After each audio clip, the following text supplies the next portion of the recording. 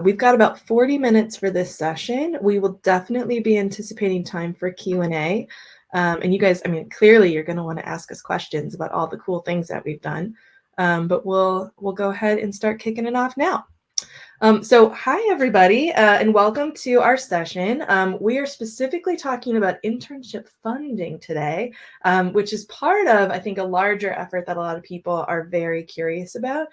Really, what we've done is we've worked with different folks at Smith College, and you're going to meet one of our best end users today, Emily. You're also going to meet a member of my team, Sarah, and then, of course, you've probably heard my voice too many times today, but I'm Haley.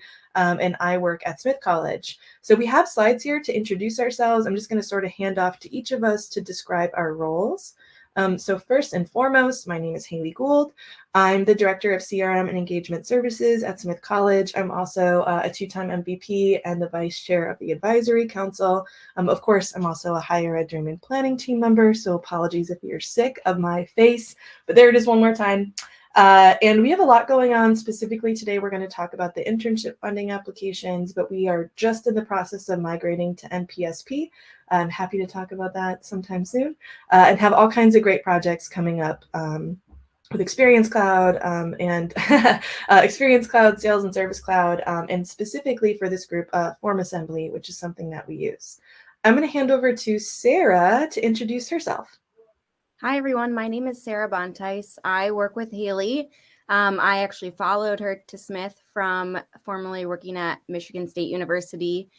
I've been in higher ed for about 10 years, but I was a end user turned CRM administrator. So reports was my, I think, gateway into the wonderful world of Salesforce. And yeah, I've been at Smith now for about 2.5 years, and I am our events lead. So I specifically work with Blackthorn and other scheduling and events processes primarily, but I also get to work with folks like Emily on things like Praxis. So thanks for being here. Off to you, Emily. Amazing.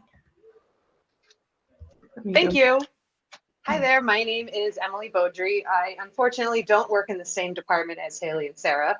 That would be too much fun. I'm sort of a wannabe Salesforce person. I am the internship coordinator in the Lazarus Center for Career Development. Among other things, in my responsibilities, I manage the Praxis internship funding and now also the internship credit programs, which, as you can imagine, are pretty complicated.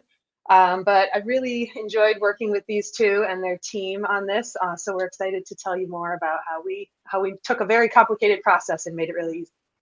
Yes, we did. Great segue, Emily. So in our agenda today, we're going to cover 4 basic things. The first thing we're going to just talk about Praxis and the program specifically at Smith and the application, how we got here. We're going to talk about what we introduced, which was our new process within Salesforce 2 years ago, I think 2021. It was recently.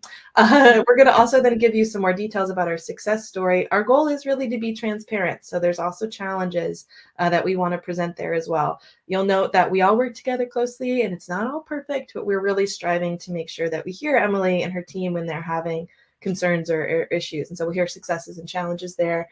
And then we'll also share a little bit about what's coming up next, because of course we have enhancements and new things that we're working on. So we'll share that as well. Just a quick note, we should have time for Q&A at the end of the session. So if you're in the session chat, which is on your right-hand side, just below your avatar, you should be able to both chat, which is fun and active already, and do Q&A. Q&A is something that we're going to try to ask at the very end. So any questions that arise throughout the session, please post them there. All right, without further ado, we are going to get into our real meat of the presentation today. And Emily, I'm going to hand back to you to tell us more about the history of Praxis. Thank you. Yeah, as you can see, Praxis is over 20 years old now. It was created in 1999, and the goal was to make sure that all students have access to all types of internships, even if they happen to be unpaid. As you can see, the funding actually comes from Smith alum donations, which are now endowed, so we have plenty of money to work with. But as you might imagine, in a higher ed setting, there's an awful lot of criteria for student eligibility and qualifying internships. So the application needs to collect a lot of information, a lot of different elements from many different people, For instance, students, faculty are involved, the internship supervisor is also involved in that application process. But overall, we have about 350 students per summer. We now can also offer this either funding or credit during interterm, so that adds another, kind of depends on the year how many we get, but up to say 60 students for that January term semester. But yeah, we've processed by now, it's got to be 9,000 applications, but for those first 20 years, all of the applications were done on paper, which first of all killed many trees and got a little unwieldy around here. I was here for quite a few of those years. But in summer of 2020, the internship credit option was established, which became the responsibility of our office to administer because it kind of went along with what we were doing with Praxis funding anyway. And then in January 2021, we added in the interterm option for either Praxis funding or credit. And I think that's the next one too. Yeah, so this is more of a visualization of all the things we needed to collect. So for those first 20 years, as I said, this was all on paper. It was a booklet of pages these students had to go through. It was really easy for them to miss sections and turn it in, and we'd have to get back to them. And it was just a lot of back and forth. But once that application was submitted, it all got data entered into an Access 2003 database, which yes, we used until the year 2019. It was practically smoking by that point. And then from 2020 to 2021, we had these sort of what I jokingly refer to as the rickety bridge years, where we tried out Qualtrics as a way to gather all this information. And when we first built those surveys, it seemed like such a great step in the right direction. It quickly got really out of hand because, as you can see, we have all of these separate elements all being collected by different surveys. And so once we started getting a ton of data in, it was really hard to run any useful reports or align any of these separate surveys for any individual applicant. So our entire Qualtrics system is a little messy at this point, but this gives you an idea of the different elements that we had to consider when we were sort of dreaming of what could be. And I'd say, just to sort of finish up this slide, I can't remember when this happened. I think it was in fall of 2021. I was in a meeting with Haley for some other reason, and I think I just got, as we do at work, we get griping about problems we're experiencing, and I'm telling her all about like what we're trying to accomplish. And she said something like, "I think Salesforce can solve that. Let's talk. Let's schedule some meetings." So now she can't get rid of me, and and she'll tell you more, I think, in the next slide about what came next. You know, Emily, that doesn't sound like me at all. No. I was like, I've got her. Yeah. Well, and it's been fun to build and hang with you. You know, you said that you like a wannabe Salesforce person. You are, by the way. Emily is by far like one of our more engaged users and gets list views and reports going. And it's not often that she can't kind of help other people in her group also navigate. So get yourself an Emily, because she's amazing. But you can't have mine. I'm just going to state that out loud. So what we did do in order to solve this problem, we wanted to do something quick because, of course, it's cyclical right here in higher education. We wanted to get an application up and running. And we used form assembly for the actual form items. I'm sure those in the room are familiar with that tool. So we created forms, we edited the connectors and have that data flowing over. At the time, and you'll notice that there's a transition coming, but at the time we were on education data architecture. And so we were really using that application object to gather all of those things coming in with sort of a status field of where they were at. We also made a custom checklist item object, which is where all of the things for an individual, I'm saying it that way, for an individual existed, what they needed to do. It was either assigned to the intern, or it was assigned to their supervisor or to their faculty advisor. And those checklist items you could see the status of within Salesforce. And these forms all kind of at different points are sent automatically, which is what the little arrows mean. They were sent via email to either the student or the person responsible for them, and then they're reminded to actually turn those in. So this all worked pretty well.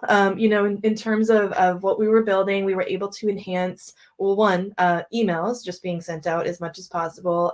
We were able to resend some of those as well when students ask for them inevitably. We also have review process that is happening where Emily and her team actually will go in and decide, does that person get funding and how much do they get and what fund does it come out of? And so that process is automatic, and then it generates payment records for them to utilize as they then bring over that data to actually pay them into Workday. Of course, there's verification after the fact, and then everybody knows really where the great thing is that Sarah already talked about, her gateway, is reporting. Just the amount of reporting that we were able to give the team when you start putting everything all in one place. One of my favorite things that we did was a dashboard. I think that, nope, I think it's coming up. You're going to see it in a minute. But it was really exciting to see that for them. On the next slide, so this is sort of the architecture of what we had. I'll call that phase one, and just forecast there's some exciting stuff coming up as we talk about where we're going. We've been calling this a success story. So Emily, I think we're just going to kind of tag team this slide, but we've been calling this a success story primarily because we got everything all in one place. And we were able to really help support your team going live. Is there anything that you'd want to highlight specifically about, things that have helped as we've started using Salesforce? I think we're on our 4th term. Is that true? Yeah, I know. I was trying to count that back earlier today myself. Yeah. One thing that we didn't even put on the list that I thought of after the fact that I think is really important here is just the translation that your team did from what we were trying to do into Salesforce. Like, it was a lot of listening to us and us having to sort of explain it in a way. It's a pretty complicated process, lots of conditional elements and stuff. And once I sort of learned how to speak your language, you both did a really good job of collecting information before you acted on it, and you came up with really like creative ways to solve for what we were asking for. So I would add that as a bullet on here as well. Oh yeah, absolutely. But overall, this is obviously a huge improvement for all of the people involved, because it's not just student applicants and staff approvers. It's also supervisors who are involved in the process, who no longer have to get a piece of paper and fill it out by hand and mail it in. Faculty get a quick form that they can approve a student's internship plan within a couple of seconds. And like she said, the staff approvers, that's a nice streamlined process where we can't like miss a step. So I think for everyone involved, this has sort of moved us into the 21st century in a big way. What else can I? Yeah, well, I was going to say you don't have to hike paper booklets around campus anymore, right? Well, and I think that's the other good thing. I think it's reassuring for me to tell students that like you kind of can't miss anything in this new application. This new way of doing the application. It's so dynamic with each student, with each applicant type. That I think, but where before they might be nervous they were missing an element, in this way they really can't miss an element. Mm-hmm. And that's sort of soothing for everyone involved. But I would also highlight the reporting capabilities that she just mentioned. Those are incredible, and it's so quick and easy, especially if we're comparing it to Access 2003. So the bar was low, yeah, and then we also have several automated reports that just get sent out automatically that we don't even have to pull. I think that's just little features like that have been really great. Mm-hmm. Sarah, can you do a hair flip with me? Oh, we did so good. Yeah. And I think we had a lot of fun, Sarah. Like, we had fun doing this project, especially with Emily, but it's one of those times you get to get creative with the tool that you really use and love. And I think we certainly did. We did learn a lot about praxis at the time too, all about the different types. And you kind of touched on this, but there's many types. Students can do credit or funding or both. And there's just what we really want to do is make sure that we're removing any burdens on Emily's team as much as possible, right? She's got a small but mighty team, and let's let them focus on the mission critical stuff. That's the goal. As far as sort of the architecture, some things to note about form assembly too that really aided in the success story is that you can have really complex lookup and pre-fill connectors. So if you're using form assembly or if you're not quite sure where to start, we do a lot of pre-filled forms, which is one of the ways that we're able to send students information, or even their faculty advisors or their supervisors with information pre-filled. And that allows them to just kind of start from a point in time, not necessarily start from scratch. And it also allowed us to kind of make sure that the right information was getting displayed at different points. You'll also notice if you look really hard at our little slide there, we did enable a save and resume later option in form assembly as well. If you haven't used that before, there's some tips and tricks to it for sure. But that also helps students, instead of filling out, a 9-page form in one sitting, they can save and come back. And that was definitely something that helped. In many cases, they're just opening that very first page just to see the questions, and then they're like, we'll come back to this. We also really focused on mobile-friendly forms. So you'll notice that a lot of ours are stacked, even on the desktop mode. So no matter which device students were coming in, they could find us. Anyway, lots of successes, lots of really great things that we love celebrating about Praxis. It's one of my favorite stories to tell on campus for sure. I'm usually like, have you talked to the Praxis team? Because you should really hear what they're doing. Here's a beautiful dashboard that I just love so much. Sometimes I just go stare at it lovingly and I'm like, look at all the data. Because if you're in this job and you don't love data, I don't know how you do it. But you'll notice, one, it's very colorful, but it's also, using some of the filter types, a way for Emily to just really get to the core of what she's looking for. How many people do we have? This is also something that can be sent to her leadership team just to say, here's what's going on, this term specifically. And on the back end, we were also able to do some snapshot reporting. So as we go into I think it's our 4th term, as we go into our 4th term, we'll actually be able to see some of those trends over time. What's exciting about reports too is Emily's like a pro in this now and is just doing her own stuff. Anything that you want to say about reporting specifically? We've talked a little bit, but anything, Emily, that you'd want to highlight or how you guys use this dashboard? Well, we, as you might know, that when leadership asks for information, they don't want it in a week and in a messy spreadsheet. This is such a great way to like immediately get to what they want and even have like a graph ready to go. And especially, all those data points, there's anything they could possibly ask for, we can kind of cross-reference with anything else. How many students on financial aid who are also international students used Praxis only last summer? We can get that answer within like seconds. So I find the reporting, again, I'm comparing it to Qualtrics reporting, which was very, very daunting for a person like me. And this was like, I picked it up immediately. So it just made sense. So you really did. I honestly haven't seen somebody pick it up like that since Sarah. Oh, just saying. Wow, thank you. Yeah. So this whole project, though, was not without its challenges, right? And I think a lot of these are around new things, new teams, people getting to know each other. Emily used the word translation earlier, which I think is a really great way of thinking about that. I'll kind of start with a couple things, Emily, and then if you want to join in, Sarah, if there's anything you want to add, feel free to jump into. This is super informal, by the way, and just a reminder, if anybody has questions, start putting them in the Q&A. So some of the challenges were, and I think a lot of people experience this with form assembly. I know Florence and I have talked a little bit at Florence from Miami, and I have talked a little bit about form assembly. There's like significant work when you're going to update things or make tweaks, because the connectors don't have like a sandbox or a testing feature. You're like updating the live connector when you're doing something. And we also have hard-coded things in the past. So things like dates, this is due on, January 15th or whatever. Those are hard-coded in a lot of our email templates or across the platform. And that's like just work you have to remember to do each time you're kind of renewing or rejuvenating the application. Of course, there's always going to be updates, but we have sort of limited licenses on form assembly, and you kind of have to learn form assembly a little bit. So it's hard for, I think, Emily's team to always get the support that they need, because they're like, hey, this needs to change. Don't forget the date here. They're really good at finding all of the stuff too. Like they can find the dates more easily than I can. It's been amazing working with them because they're really good testers as well as customers. Another thing for us, and I'll just highlight this last bullet under that, is the CRM team has a lot of different groups that we're working with. And so it can be an entirely different setup from group to group and who we're working with, the Praxis team versus our like community service organizations through Jandon versus exec ed. And although people are doing similar things, we've been using entirely different setups throughout Salesforce because we kind of did a lot of these things as pilots. So it was always kind of like you had to refresh yourself when you're building or when you're tweaking something, like how that group uses it. And that was always something that was kind of fun. The thing I'll highlight and then ask Emily if there's anything that she wants to add, there was definitely a lack of control. from the planning side, right? So Emily's like, I need these updates, but I can't make them.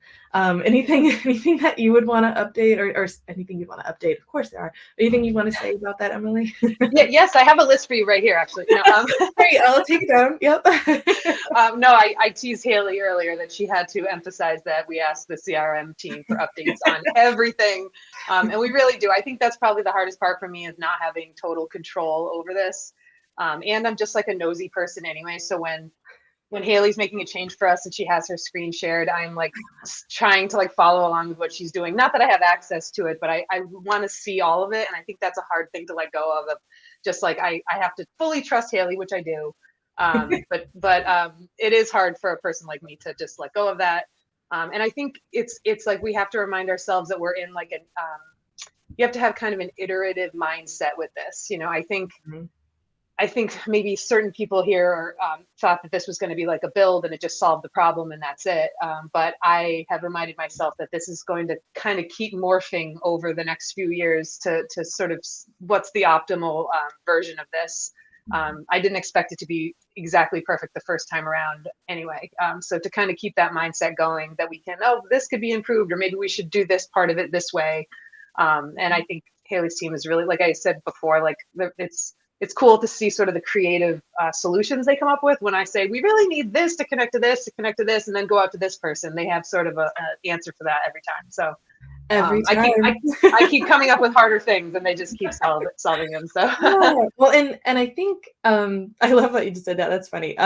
It's interesting too, because we will run up against limitations, right? Or you'll be doing some trade-offs, and I think we always try to make sure that we're giving you guys the most functionality as we can.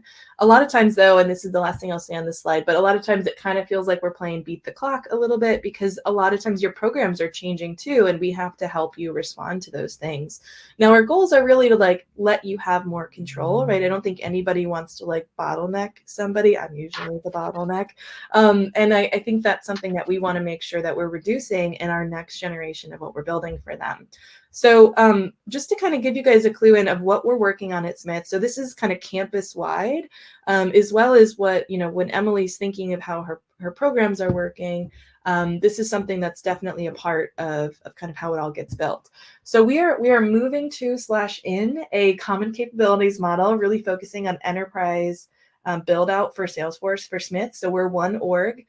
We are on the nonprofit success pack as of about 2 days ago. I'm not joking. And we'll be working with Sleek to build out some functions there. So when you see that line, that's kind of forward facing, just as a note.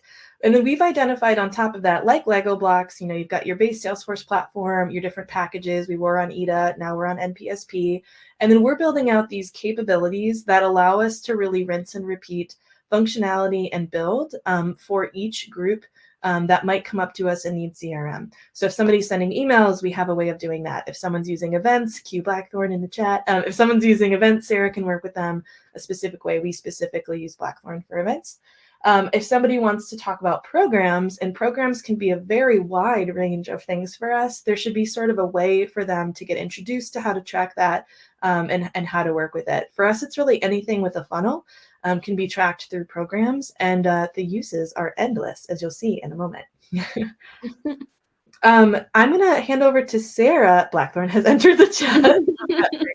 I'm going to hand over to Sarah, who's going to talk a little bit about the changes that we've made very recently. Like when I tell you that we moved to NPSP 2 days ago, we just did this move like in the month of like late October. So all of this is like very much brand new. Sarah, do you want to talk a little bit about our changes? I would love to, Haley. Thank you. Nice. Yeah. So as we mentioned, that was sort of the first version that we've been discussing. And in this, we took advantage of this move to NPSP to sort of review and see what we had built out for these different departments and use cases across campus, and came up with a sort of common capability model that we can then apply to a bunch of different things. So we previously had a mix of some EDA objects and custom objects that we were using for the praxis group. We had, like we've mentioned, our volunteers, Jandon Center at Smith. We had exec ed, pre-college, and just a bunch of different use cases. So we basically dumped everything into a spreadsheet and reviewed all of the different fields and objects that existed and found commonalities, and were able to sort of reduce redundancies and streamline things into this common capability model for programs. So we just went live not too long ago. I was really involved on the front end of this with when we reviewed. So it was like very soothing to be able to go through a very big spreadsheet and find all of the, different uses and see how we could, applying some of that good translator and creative thinking skills, seeing how we could find commonalities across these different departments and create a single model that we can apply to a bunch of different use cases. So what you see there on my right side of the screen, I think your right side of the screen too, is this new architecture that we have, where we have an overarching program and time frame. So program being praxis, the time frame being like the fiscal year that it is occurring in. We have a program configuration. I believe that's where Emily will eventually be able to have more control over things like due dates. And then that all connects to the program engagement, which is like the single applicant version of it. So an application now is a program engagement record. We're also using out-of-the-box NPSP engagement plans as a replacement for what was previously a custom object for checklists. So it's what will trigger tasks to get sent out in emails to our supervisors or advisors and students with the different items they need to do as part of their overall praxis application. So that's a little bit about 2.0. Yeah, definitely. And you really led that engagement plan part a little bit. So for those of you out there that might not be on NPSP, that is a part of that package. But I think action plans was the other one we looked at. Is that right, Sarah? We did. Yep, we did. The only real thing that we found the difference was that with action plans, which was an app, you could go and set the record type. And with engagement plans, you can't do that as much. So if you're using tasks in other ways, that we had to sort of figure out a way. We found out like a workaround basically to have a default task record type, but that was really the only difference in engagement plans is like core NPSP. So yeah. Nice. Sarah, you did great. And like we said, we just went live on this. So we're even right now still have some tweaks in the hopper for you, Emily. So we'll get working on that, I promise. So sharing what's on our roadmap now in November, obviously we just moved to that new structure. And of course, we're bringing on more groups. So I think we have 6 groups currently live on programs. And then this is one of those common capabilities like events or email that we'll be offering that are kind of rinse and repeat for folks. In the next 3 months, if so, you want to put a timer on it, like we just did in the sponsor showcase, time me, we're doing it. We're going to enhance the UI, specifically going to get involved in Experience Cloud and take some of this out of form assembly because all of our people are known. They're students at Smith. We want to allow them to basically just be in there doing records, and we don't have to rely on this sort of like connector between form assembly. It'll just allow us to like directly create the record. We also can do a little bit more with the actual user experience, which I'm excited about. That's kind of what I've been leaning into a little bit more lately. And then something that Emily's team puts together manually right now with like this crazy PDF thing that they have to do, but we really want to allow students to search for internship ideas. So anybody that opts in, there's this kind of catalog that we're going to create more like a search capacity right within Experience Cloud. Lastly, and I think Emily will be excited about this, putting more controls in for her to actually be able to go update things. This is not a sign that I don't want to work with Emily because I smile every time I see her name. It's just a way for her to have more control and control things like the date or the language or what displays for the students. And we're really going with more of a metadata approach. So Emily can control some of that stuff. And as soon as she presses save, it'll update. And the next time somebody opens up their application, that essay language is the right language, right? We'll also be able to then clone those configurations from term to term and just make small tweaks without having to go through like this really big effort every time that we want to refresh something and make Emily go through a crazy test script, because I'm sure she's a little sick of that one. But we're really excited about the roadmap. You know, the user experience part, we're looking at a couple of tools. If anybody has used Squid previously, we're looking at using that, which is a kind of a plugin to Experience Cloud. So lots of really exciting things for us. So we have about 5 minutes left, I think, in our session. It might even be closer to 10, which is great because we can answer any questions that folks have. We can also elaborate on some of the things that we talked about. I have a couple of prepped questions, but I did see a few questions come in. And so I'm going to go ahead and facilitate and ask those now. So Florence from Miami asked a little bit about the most time-saving feature. And I think what I'm going to do is ask Emily and Sarah to talk a little bit about it. So Emily, it'll be obviously more from like the program side. And then Sarah, as you start thinking about ways that we kind of built this out, something, maybe a change that we made that you think also might save time. So anyway, what do you think, Emily? What's the most time-saving feature that we found? That's hard to answer. I think just one. Just on our end, all of the back and forth emailing we used to do has all but vanished. Students have, as soon as they submit their application, they receive an email that says, hey, we know you submitted an application. Here's your next steps. And also here's a link to check on those external forms that need to be received, which I will continue to call checklist items, even though I know they are something else now. But it puts more ownership on the student to check their own progress, which I think they like as well, because instead of having to email someone and wait for a response on what's missing and what's not, to be able to check that themselves. And also it sort of moves the application status for us once all of those pieces have been received. So it really kind of automates all these things that we used to have to do manually every single step of the way. So I think that's probably been the best. And I mean, just as simple as having everything in one place. You know, previously reviewing an application meant like sifting through either paper, sitting in front of a student and sifting through 20 pages of paper, or opening up this Qualtrics survey and having to really hunt and peck for the information we need to evaluate the proposal for funding. And now it's all in this nicely organized one-page view. So that's really saved us a lot of time also. Yeah, I like that answer. What about you, Sarah? Yeah, so this is like a little bit of something that we did, and then something that I wish we would have maybe done too. I'm taking notes, so you're good. I'm just kidding. Yeah. So what we've alluded to is that it's a little bit of complex thing with praxis and the different requirements. And I think for some of us that jumped in at different points on our team, getting our mind around something that Emily and her team like live and breathe, it was a little bit challenging. So something that I like in 2 seconds sort of put together like a different like list and a spreadsheet thing of like what forms get sent out to what person for which application type.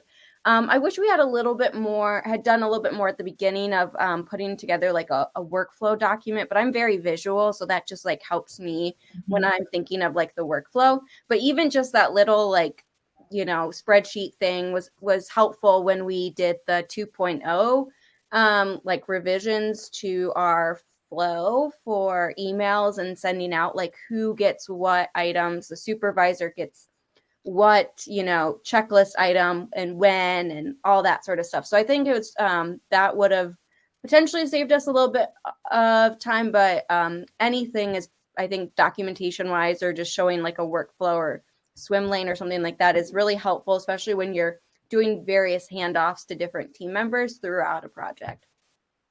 Sarah, that was such a good answer. I love that. Haley. You're welcome.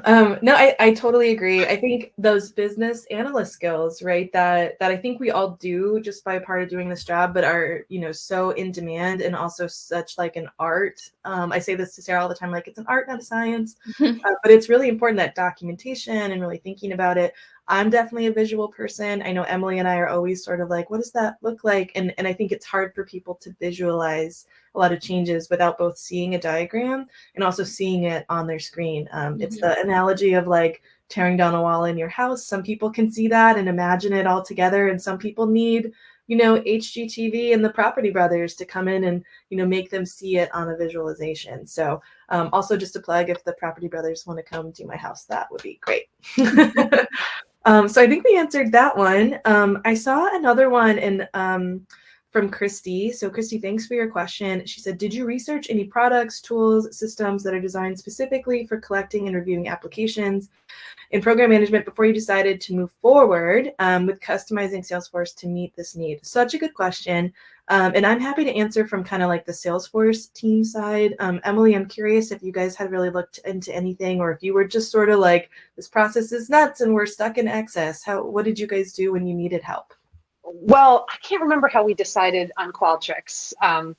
That was sort of it was early 2020. We all had just been sent home for COVID, and we quickly needed to throw something together for like an electronic version of this application. So it served its purpose, but I think we realized that we needed something that was more integrated with the campus. Like, we were sort of operating with Qualtrics, even though it's like a campus license, there was no real support for it, and no one to say, hey, you did a terrible job putting together these surveys, here's what you should be doing. So I guess my research into other tools was that chat with Haley, saying, like, what do you think, like, what else could help manage this process, that if we already have a system in place on campus with that built-in on-campus support, like, what is that, and can I have it? Yeah. Well, give it to me. I think from our side too. So Smith is a very unique institution, in that we're small, but we also, like, a lot of people are doing a lot of work, and just the breadth of the job that people have, we're covering a lot. So the same person that you're working with on sending emails over here is running a program and is working with that group, and we're small but mighty. And so I think what we also wanted to do was reduce complexity, and by adding in like another potential point solution.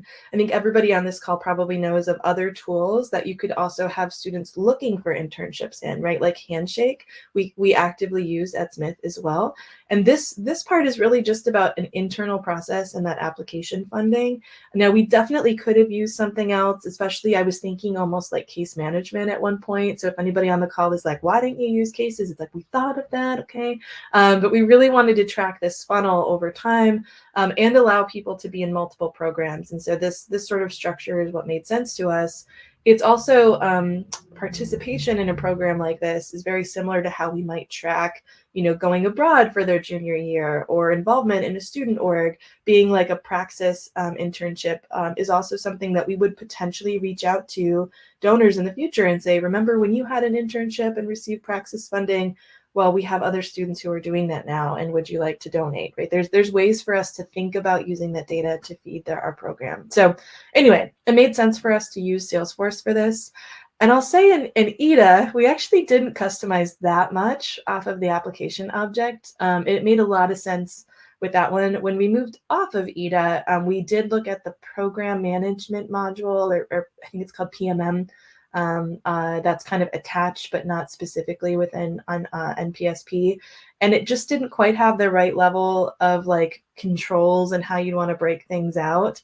And so we ultimately decided not to use that. And we went with sort of our own process and our own structure. And so we did some research, I would say, but also we know how we want to utilize data like this in the future and start standardizing that approach. And that's why we chose Salesforce. Anyway, I think we have time for one last question. We have 2 minutes till the session ends. Nothing like beating the clock again here. But I think Matt asked a question. I'm curious how much gets managed in Salesforce after the applications come in. The funding aspects, specifically, how much of that is tracked in Salesforce, and how deep do the linkages go to financial systems, etc. So really, honestly, the entire thing is in Salesforce. So they fill out their first application for funding. It all goes through form assembly and is directly deposited then, even when it's just saved into Salesforce. There'll be also the checklist items all feed in directly through here. So my advisor filling out a form, they all come in through here. The review happens at Salesforce on a screen flow off of the program engagement objects. So Emily's team, actually, Emily is like the queen of reviewing, and she gets to assign reviews to people as well. And then when they approve somebody, we also built a fund matching object, so they can actually match against one or more funds and then track the amount that they're matching against the total in that fund. So when they actually match somebody, they sort of move their status, the student is notified of that, and then payment records are automatically created for them to actually then utilize and send over to our Workday team, which is our financial system. Potential enhancement in the future could definitely be an automatic connection to Workday. Honestly, a lot of our hold on that side is actually just the team that does this in our controller's office just does not have capacity to do a little bit more at this moment, but they could in the future. We could definitely reach out and ask them if we can do more. Hopefully that answered your question, Matt. Anyway, we're really proud of the work that we've done, and it's been really great. Oh, you're welcome, Matt. Well, so with that, we're actually at our time. So thanks everybody for the great questions, but also just the engagement throughout the session. Thanks to my co-hosts, Sarah and Emily, and for being so open and being willing to share all of the information of what we've done so far. Hopefully everybody's having a great event. Oh, terrific is a great word, Jess. Thanks for that. Hopefully everyone's having a great event and really enjoying themselves. If you're wondering what to do next, we do have another sponsor session starting in just about 5 minutes. You can also go visit the expo hall. And then don't forget, just after the sponsor session, there'll also be roundtables that you can go to and open up and share with different sponsors and advisory council. I'll be in that one. And the advisory council Ask Me Anything. We're so excited to keep dreaming with you.